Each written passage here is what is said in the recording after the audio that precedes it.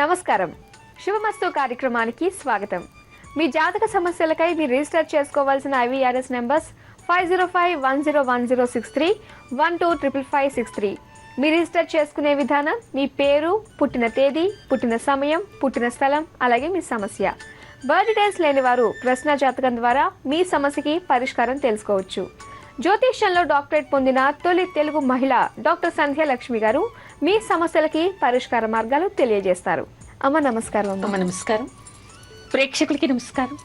అమ్మ, రేపు అమావాస్య అయితే రేపటితో మనకి ఇంకా కార్తీక మాసం కూడా అయిపోతుంది. అలాగే ఎల్లుండి అంటే 23 నుంచి మార్గశిర మాసం. మరి ఈ మార్గశిర మాసంలో ముఖ్యమైన రోజులు అంటూ ఏమున్నాయంటారు? మార్గశిర మాసంలో ముఖ్యమైనటువంటి రోజులు అంటే మనకి మార్గశిర మాసమే అసలు ముఖ్యమైనటువంటిది. మాసానాం మార్గశీర్షం అంటారు. విష్ణుమూర్తి పూజకి అత్యంత విశిష్టమైనటువంటి మాసం. గురువారాలన్నీ కూడా లక్ష్మీవారంగా మహాలక్ష్మి పూజ వ్రతం చేస్తారు. మార్గశిర లక్ష్మీ వ్రతం చేస్తారు. ఆ తర్వాత అసలు మాఘశుద్ధ పాడ్యమి ఆదివారం వచ్చింది ఈసారి మనకి. అది చాలా విశిష్టమైనటువంటిది. ఆ రోజు ఎవరైనా గంగా స్నానం చేస్తే, కోటి సూర్యగ్రహణాల్లో గంగా స్నానం చేస్తే ఎలాంటి ఫలితం వస్తుందో అలాంటి ఫలితం వస్తుందిట. కోటి సూర్యగ్రహణాల్లో గంగా స్నానం చేయటం అనేది మామూలు విషయం కాదు. మన జీవితం మొత్తంలో కూడా చేయలేము. సూక్ష్మంలో మోక్షం లాగా అనమాట. ఆ రోజు ఏ దానం చేసినా, ఆ రోజు గోదానం కానీ ఇంకేదైనా విశిష్టమైనటువంటి దానాలు ఎలాంటి దానం చేసినా కూడా చాలా పుణ్యం వస్తుంది. ముఖ్యంగా గంగా స్నానం చేయడానికి చాలా విశిష్టమైనటువంటిది. అంతేకాకుండా ఎవరైనా ఈ నెల రోజులు కార్తీక మాసంలో దీక్ష చేయలేనటువంటి వాళ్ళు, వీలు కానటువంటి వాళ్ళందరూ కూడా ఆ రోజు దీపారాధన చేసి ఒత్తులు వెలిగించి, అరటి దొన్నెలో దొప్పల్లో వెలిగిస్తారు కదా, వెలిగించి నీళ్లల్లో వదలటం వల్ల కూడా ఈ నెల రోజులు చేసినటువంటి ఫలితం మనకి వస్తుందిట. ఓకే.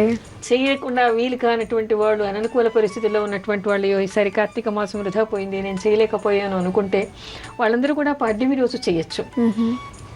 దీనికి ఒక విశిష్టమైనటువంటి కథ కూడా ఉంది. పోలీస్ వర్గానికి వెళ్ళింది అని. ఇప్పుడు మనకి సమయాభావం ఉంది కాబట్టి మనకి మిగతా విషయాలు మాట్లాడుకోవాలి కాబట్టి అది నేను మళ్ళీ మన షూటింగ్లో గోపురంలో చెప్పాను. సోమవారం వస్తుంది, అంటే మనకి ఆదివారం చంక్ లేదు కాబట్టి సోమవారం వస్తుంది.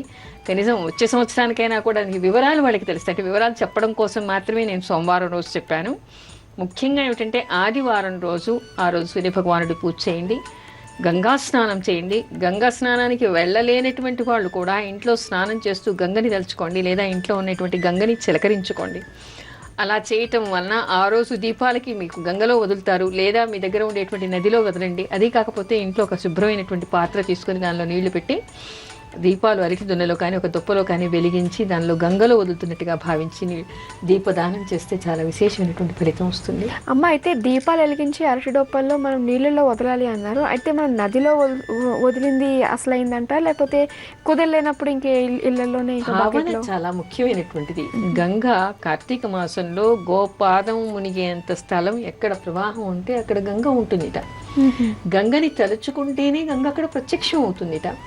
వీలు కానటువంటి వాడు ఇప్పుడు హైదరాబాద్లో ఉన్నారు, ఢిల్లీలో ఉన్నారు, వెంటనే గంగ దగ్గరికి వెళ్ళాలి అంటే వాళ్ళకి కుదరకపోవచ్చు. వృద్ధులు ఉంటారు, అనారోగ్యంతో ఉన్నవాడు ఉంటారు. భావన చేస్తేనే దానికి ఫలితం ఎక్కువ. ఇంట్లో గంగ చెంబు ఉందనుకోండి, ఓ చుక్క నీళ్ళు అందులో వేయండి. లేదా గంగని మనం మామూలుగా కూడా ఏ పూజ చేసినా కూడా కలశంలో నీళ్లు పెట్టినప్పుడు గంగే చేమన గోదావరి నర్మదా సింధు కావేరి జలేస్మిన్ సన్నిధింకురు అంటే అన్ని నదుల్ని అందులోకి ఆవాహన చేస్తున్నాం. అలా చేసిన ఆ నీళ్లు గంగ నీళ్ళు అంత పవిత్రం అవుతాయి. గంగలో చేసినటువంటి ఫలితం వస్తుంది. ఓకే అమ్మ, ఈ మార్గశిర మాసంలో పండుగలు ఏమున్నాయంటారు? పండగలు మనకి ముఖ్యమైనటువంటి పండుగలు ఉన్నాయమ్మా. ఒకటి పాడ్యమి రోజు మనం విశిష్టత చెప్పుకున్నాం. ఆ తర్వాత మనకి షష్ఠి రోజు సుబ్రహ్మణ్య షష్ఠి, సుబ్రహ్మణ్య స్వామి పూజకి అత్యంత విశిష్టమైనటువంటిది. ఆ తర్వాత పౌర్ణిమ రోజు దత్త జయంతి, దత్తాత్రేయ స్వామి గురించి మనం పూజ చేయాలి. ఆ రోజు చాలా విశేషమైనటువంటిది. తర్వాత బహుళ అష్టమి మనకి కాలభైరవ అష్టమి, అది కూడా చాలా విశేషమైనటువంటిది. అందులో ప్రతి గురువారం మార్గశిర లక్ష్మీ వారం. కనక మహాలక్ష్మికి వైజాగ్లో అయితే విశేషంగా పూజలు చేస్తూ ఉంటారు. ఈ మాసం అంతా విష్ణుమూర్తి పూజకు కూడా అత్యంత విశిష్టమైనది. ఓకే అమ్మ, ఇప్పుడైతే విశ్వనాథ్ అనే కాలర్ లైన్లో ఉన్నారు, వారితో మాట్లాడదాం. హలో మేడం, నమస్కారం అండి. విశ్వనాథ్ పేరు మీద రిజిస్టర్ చేసుకున్నారు. ఒకసారి బర్త్ డీటెయిల్స్ కన్ఫర్మ్ చేసుకుందామండి. ఆగస్ట్ 27, 1980 సాయంత్రం 5:50 రాజమండ్రిలో పుట్టారు. ఉదయం 5:50 రాజమండ్రిలో పుట్టారు. తాడేపల్లిగూడెం దగ్గర. అవును, ఓకే అదే ఉంది. ఓకే అండి, మీ సమస్య ఏంటో చెప్పండి మేడంతో. ఓకే. నమస్కారం అండి, చెప్పండి. మేడం నమస్తే మేడం, నా పేరు విశ్వనాథ్ మేడం. చెప్పండి. యాక్చువల్ గా కొంచెం నాది బోర్వెల్ బిజినెస్ అండి. ఏం బిజినెస్? బోర్వెల్స్ మ్యానుఫ్యాక్చరింగ్ తయారు చేస్తాను. అయితే ఒక 2-3 ఇయర్స్ నుంచి విపరీతమైన ఇబ్బంది పడుతున్నాను మేడం. అంతకుముందు ఎప్పుడు చూసినా ఇన్కమ్ బాగుండేది, చాలా ఇబ్బంది, ఎక్కడ ఇబ్బంది లేకుండా ఉండేది.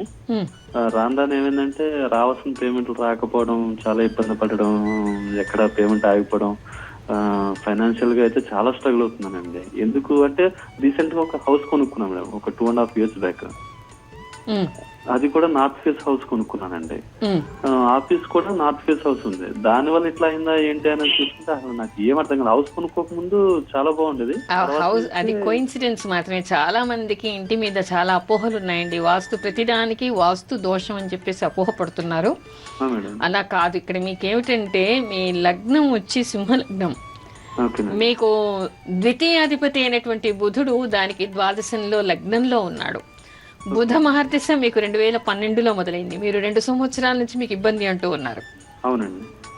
దానివల్ల అంటే బుధుడు మీకు ద్వితీయాధిపతి మీకు జన్మ లగ్నంలో అంటే దానికి ద్వాదశంలో ఉండటం వలన మీకు డబ్బుకు చాలా ఇబ్బంది పడుతూ ఉన్నారు. ధనస్థానం కూడా కదా అది, ధనస్థానాధిపతి దానికి ద్వాదశంలో ఉండటం వలన మీకు డబ్బుకు ఇబ్బంది అవుతుంది. మీరు బుధుడికి జపం చేయించుకోండి. తర్వాత లక్ష్మీ కవచం చదవండి, కుబేర మంత్రం చదువుకోండి, శివుడికి మీరు బిలోపత్రితో పూజ చేస్తూ ఉండండి, అర్చనలు చేస్తూ ఉండండి.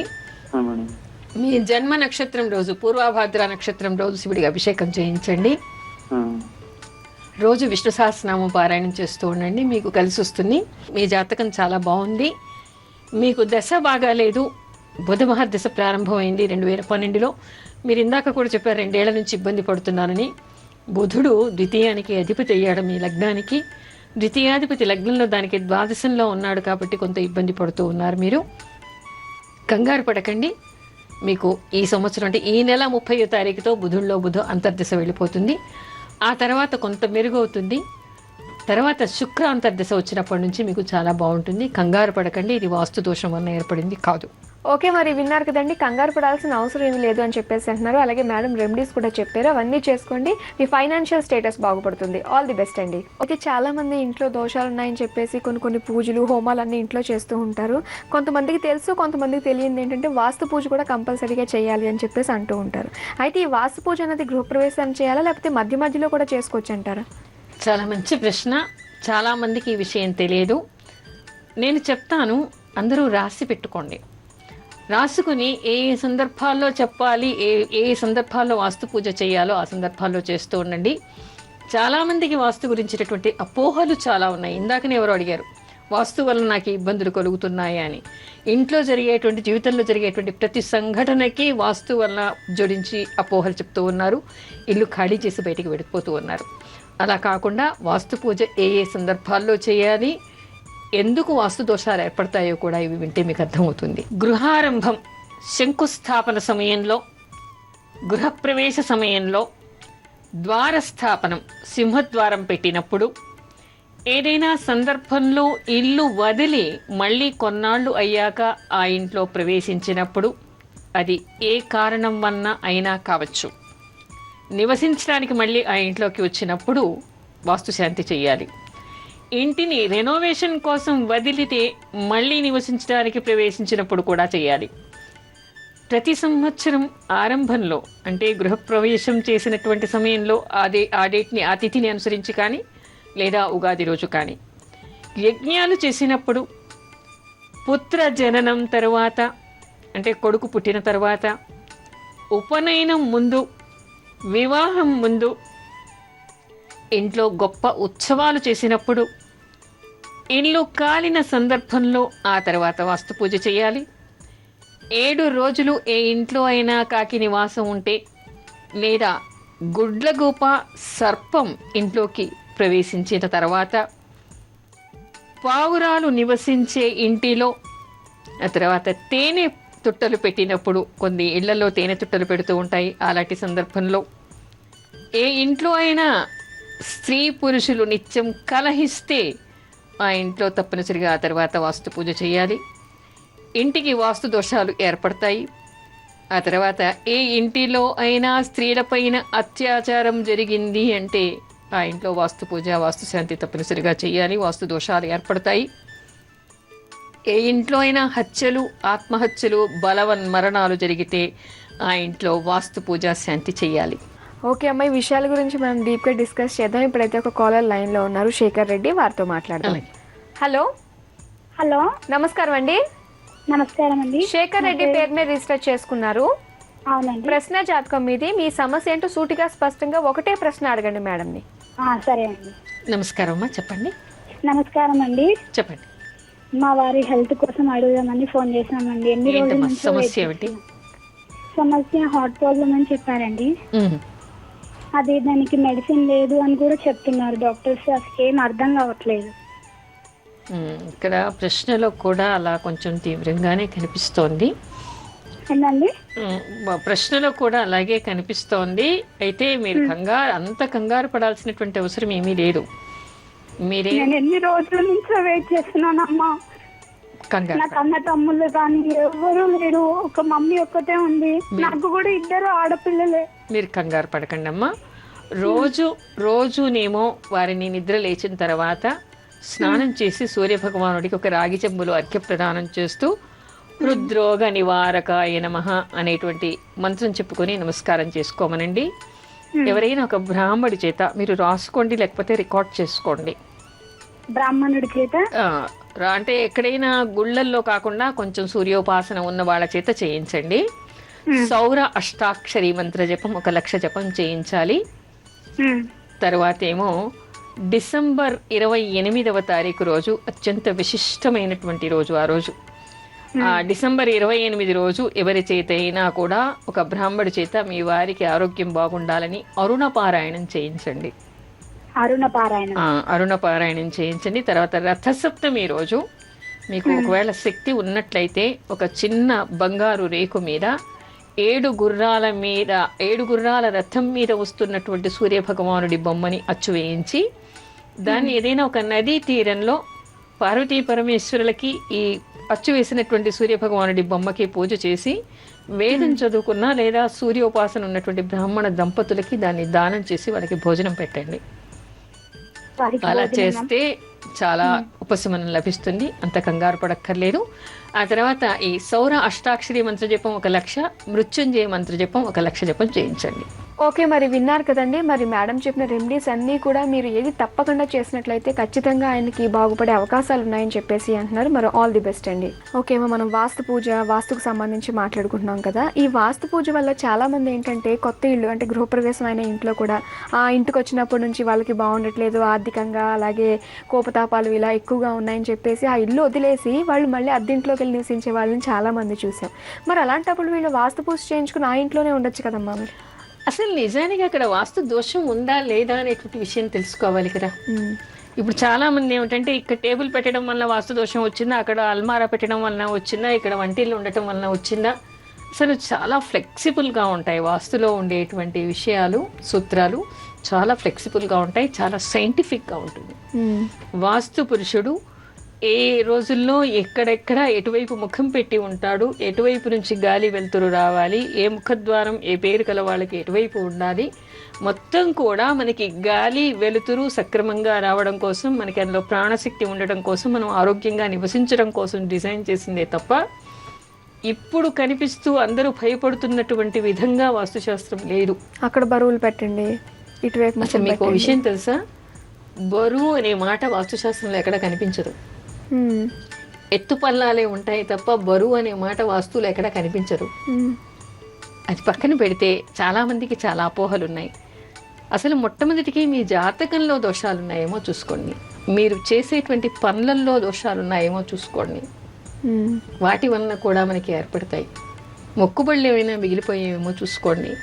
మీ ఇలవేల్పుని గ్రామదేవతని సరిగ్గా చూస్తున్నారా, సరిగ్గా మొక్కుబళ్ళు చెల్లిస్తున్నారా లేదా దర్శిస్తున్నారా లేదా చూసుకోండి. మీ ఇంట్లో మీ పెద్దవాళ్ళని మీరు సరిగ్గా చూస్తున్నారా లేదా చూసుకోండి. పితృదేవతలకి పితృకార్యాలు సక్రమంగా చేస్తున్నారా లేదా చూసుకోండి.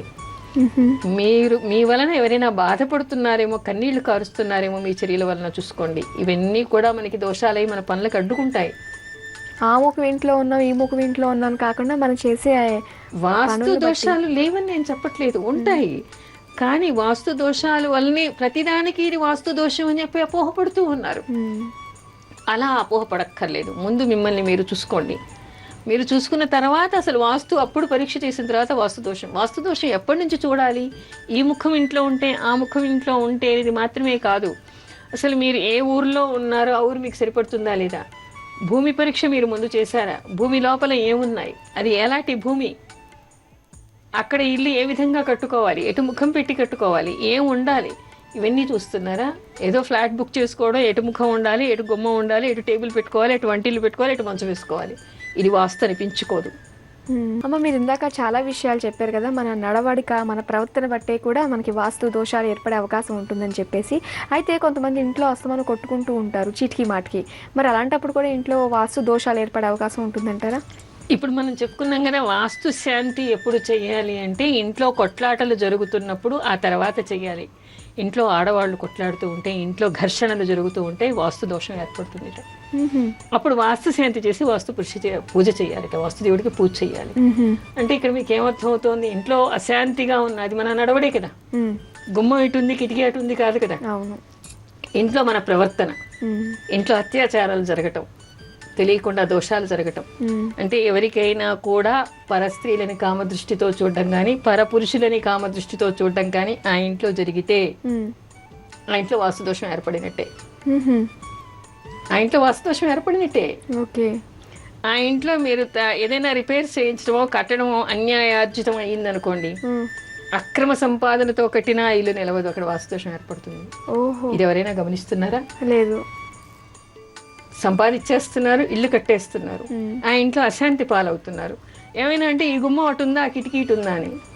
ఎంతసేపు గుమ్మాలు కిటికీ మీదే దోషం ఉండదు. మనం దాన్ని ఆర్జించడానికి కారణం ఎవరికన్నీళ్ళలో మనం అక్కడ పెడుతున్నాం, ఆ ఇల్లుని అనిలిస్తుంది. ఇది వాస్తు దోషం కాదా? అవును. అందులో ఇంట్లో ఎప్పుడు కూడా ఘర్షణలు పడకూడదు. ఇంట్లో ఘర్షణలు పడుతూ ఉంటే కూడా వాస్తు పూజ చేయాలని ఇందాకే మనం చెప్పుకున్నాం కదా, వాస్తు శాస్త్రంలో ఉంది, అది ప్రత్యేకంగా ఉంది. సొంత ఇంట్లో ఉన్నోళ్ళే వాస్తు పూజ చేయాలంటారా? అద్దెంట్లో ఉన్నోళ్ళు కూడా చేయొచ్చు అంటారా? అద్దె ఇంట్లో మీరు ఎన్నాళ్ళ నుంచి ఉంటున్నారు, ఏదో 6 నెలలకి 3 నెలలకు తీసుకుంటే అక్కడి నుంచి మీరు ఖాళీ చేసిపోతారు అనుకుంటే అక్కర్లేదేమో. ఏ రుద్రాభిషేకం చేసుకోవడమో, మణిద్వీప పారాయణం చేసుకోవడమో, చింతామణి గృహాంతస్థ శ్రీమన్నగర నాయక అనేటువంటి మంత్రాన్ని చదువుకుంటేనో సరిపోతుంది. లేదు, దీర్ఘకాలంగా ఉన్నారు, వాళ్ళు ఎక్కడో వేరే స్టేట్స్లో ఉన్నారు, మీకు అద్దెకిచ్చారు, మీరు ఏళ్ల తరబడి ఆ ఇంట్లో ఉంటున్నారంటే వాస్తు పూజ చేసుకోండి, దోషం ఏముంది? అమ్మ, మన జాతకంలో గ్రహ దోషాల వల్ల కష్టాలు వస్తాయంటారా, లేదంటే వాస్తు దోషం వల్ల కష్టాలు వస్తాయంటారా? రెండిటి వల్ల కూడా రావచ్చు. అయితే చాలా మందికి జాతకంలో దోషాలు ఉన్నాయా లేదా చూసుకోవటం లేదు, కేవలం ఏం చూస్తున్నారంటే వాస్తు వలన మాత్రమే అని చెప్పేసి అపోహపడి ₹1 కోటి ఇల్లును కూడా వదిలేసి ఎక్కడో 10,000కి అద్దెకు ఉండేటువంటి వాళ్ళు కూడా మనకి కనిపిస్తూ ఉన్నారు. ముఖ్యంగా మీరు మొట్టమొదటికి మీకు ఏవైనా ఇబ్బందులు ఉన్నాయి అంటే మొట్టమొదటికి మీ జాతక పరిశీలన చేసుకోండి. జాతకంలో ఏమైనా దోషాలు ఉన్నాయా, దోషకాలం మీకు నడుస్తోందా, దశాంతర్దశల రీత్యా కానీ లేదా గోచార రీత్యా కానీ మీకు ఏమైనా ఇబ్బంది ఉందా, దానికి శాంతి చేసుకోండి. అలా అన్నీ బాగానే ఉన్నాయి, చతుర్థ స్థానంలో ఏమైనా పాపగ్రహాలు ఉండటం వలన ఆ దశ అంతర్దశలు నడుస్తున్నప్పుడు కూడా ఇంట్లో కొన్ని ఇబ్బందులు జరుగుతూ ఉంటాయి. అంటే అది పూర్వజన్మ నుంచి వచ్చినటువంటిది. ఇప్పుడు అన్ని రకాలుగా మనం చెప్పుకున్నట్టుగా బాగానే ఉన్నారు, ప్రశాంతంగా ఉన్నారు, అయినప్పటికీ కూడా ఇబ్బందులు వస్తున్నాయి.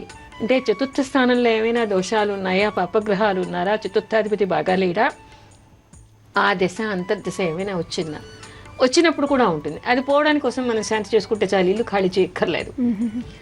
అలా కాకుండా మీకు దశాంతర్దశల్లో గోచార రీత్యా జాతక రీత్యా అన్ని రకాలుగా బాగా బ్రహ్మాండమైనటువంటి పీరియడ్ నడుస్తూ ఉండి గృహప్రవేశం చేసినటువంటి 3-6 నెలల్లోనే మీకు జరగకూడని అఘాయిత్యాలు ఏమైనా జరిగాయి అని అనుకుంటే అప్పుడు వాస్తు పరిశీలన చేయండి. దానివల్ల ఉంటే అప్పుడు శాంతి చేసుకోండి. కానీ అంతంత పెద్ద ఇల్లు కట్టుకున్నప్పుడు ముందే కదా మీరు అన్నీ విచారించి, వాస్తు విచారించే కదా ఇల్లు కట్టుకుంటారు. కట్టుకొని చేరిన తర్వాత మీకు అపోహలు ఎందుకు వస్తూ ఉన్నాయి? అయితే మనకి ఇలాంటి చిన్న చిన్నవి ఏమన్నా అనిపిస్తే అది వాస్తు దోషం అని చెప్పేసి మనం నిర్ధారించేసుకోవచ్చు అంటారా? మీకు మీరు ఎలా నిర్ధారించుకుంటారు? మీకు వాస్తుశాస్త్రం ఏం తెలుసని? ఎవరైనా నిపుణుల చేత మీరు పరీక్ష చేసి మీ జాతకంలో దోషాలు లేవు, అయినా సరే ఇక్కడికి రాగానే మీకు ఏర్పడింది అంటే చిన్న చిన్నవైతే లోపాలు సరి చేసుకోండి, లేదా వాస్తు పూజ చేసుకోండి. కానీ ఇల్లు అమ్మేసో ఇల్లు ఖాళీ చేసో వెళ్ళిపోవాల్సినటువంటి అవసరం లేదు. అసలు వాస్తు దోషాలు ఎలా ఏర్పడతాయి అనేటువంటి విషయాన్ని మనం వచ్చే వారం శుభమస్తులో మనం తప్పకుండా చెప్పుకుందాం. ఎందుకంటే చాలా విషయాలు మిగిలిపోయాయి మనకి మాట్లాడుకోవాల్సినవి వాస్తు గురించి. అవన్నీ కూడా వచ్చే గురువారం రోజు మనం మాట్లాడుకుందాం. అయితే వాస్తు గురించి అంత భయపడాల్సిన అవసరం లేదంటారు? నిజానికి వాస్తు శాస్త్రం అనేటువంటిది చాలా మందికి తెలియదు అనిపిస్తోంది. ఎవరైనా రాగానే ప్రతి సమస్య చెప్పి మొట్టమొదటికి వాళ్ళ ఇల్లు ఎలా ఉంది, ఎక్కడ దోషం ఉంది, ఇటు మూల పెరిగింది అటు మూల పెరిగింది అని మాట్లాడుతూ ఉన్నారు. కానీ మీరు కొనుక్కున్నప్పుడే మీకు అవన్నీ పరిశీలించే కదా మీరు కొనుక్కుంటారు. అందుకని ముందు కొనుక్కునేప్పుడే మీరు వాస్తుశాస్త్రాన్ని అనుసరించి అన్ని పరీక్షలు చేసుకుని భూమి పరీక్ష దగ్గర నుంచి చేసిన తర్వాత మాత్రమే మీరు ఆ ఇంట్లో చేరండి. కేవలం ఈ మూల పెరిగిందా, ఆ గుమ్మం ఇక్కడ ఉందా అనే దాని మీద మాత్రమే వాస్తుశాస్త్రం ఆధారపడి లేదు. దీని గురించి మరికొన్ని విషయాలు మనం వివరంగా చెప్పుకుందాం. తప్పకుండా అమ్మ, ఇవాళకి సమయం అయిపోయింది. మళ్ళీ మనం వచ్చే వారం కలుసుకుందాం. ఇది వాటి శుభమస్తు కార్యక్రమం. వచ్చే వారం శుభమస్తు కార్యక్రమంలో మరిన్ని ఆసక్తికరమైన విషయాలతో మీ ముందుంటాం. అంతవరకు సెలవు. నమస్కారం. నమస్కారం.